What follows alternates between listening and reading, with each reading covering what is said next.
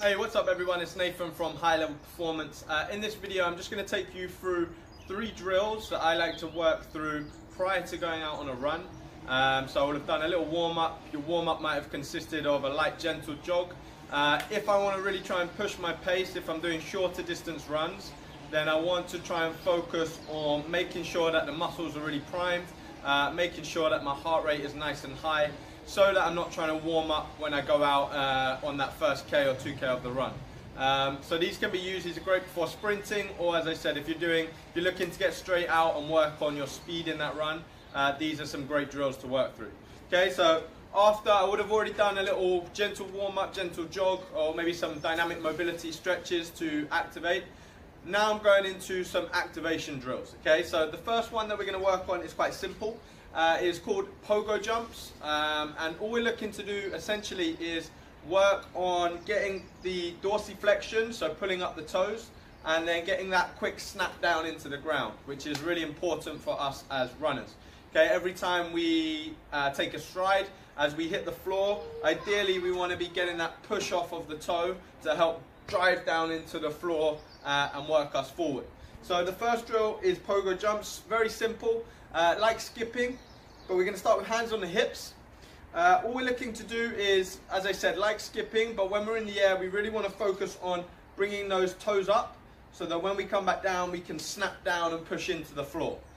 Okay, I'm not trying to get super high. I'm focusing on that elastic component of the Achilles. So I'm looking to get that quick drive and then pull back up again. Okay, so hands on the hips, core tight, so nice and engaged. Okay, we're looking for that quick reactive component, so I'm pulling my toes up in the air, and then when I come down, I'm looking to get that nice forceful drop. Okay, so that is exercise number 1, Pogo Jumps. I would suggest working them for anywhere between 10 to 15 seconds. Okay, we don't want to go on for ages, because then all you're going to do is fatigue the calf muscles. We're simply looking to prime and get them muscles working. Also, don't go really dynamic to start off. You might do 2 sets. First set might be just simply working on that quick reactive component, and then the second set you might be trying to get a little bit more power and oomph to drive up. So the second exercise that we're going to go into is just working on our posture. Okay, so I want to come into a hold, standing on my right leg. I want to be pushing into the ground, so I've not got a knee bend. I'm fully driving down, so I'm tensing my quad and my glute. I'm going to come opposite arm to leg action, so I'm into this position here. Okay, all I then want to look at doing from this position, keeping my core tight, is a quick push down, so I'm driving, and I snap the arm. So going through that slowly from here, bang, and snap straight up. What I'm looking to do is not drive down and push into the floor and then let it all dissipate. I'm looking to get that quick drive down and snap back up. Okay, because when we're running, we're trying to get that quick legged action into the floor. We don't want to spend too much contact time in the floor.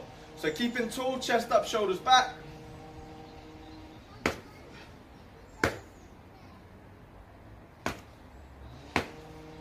Okay, on this one, you might work anywhere between 8 to 10 reps on one side, then switch over, core tight, and work the same on the other.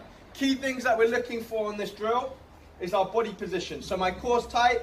When I lift the leg up, I'm not letting my hips drop either side, so try and keep steady. Okay, I'm looking for big arm separation, and when I come down, it's not in front, it's beneath, so underneath my hip, and then I snap straight back up 90 degrees and toe up.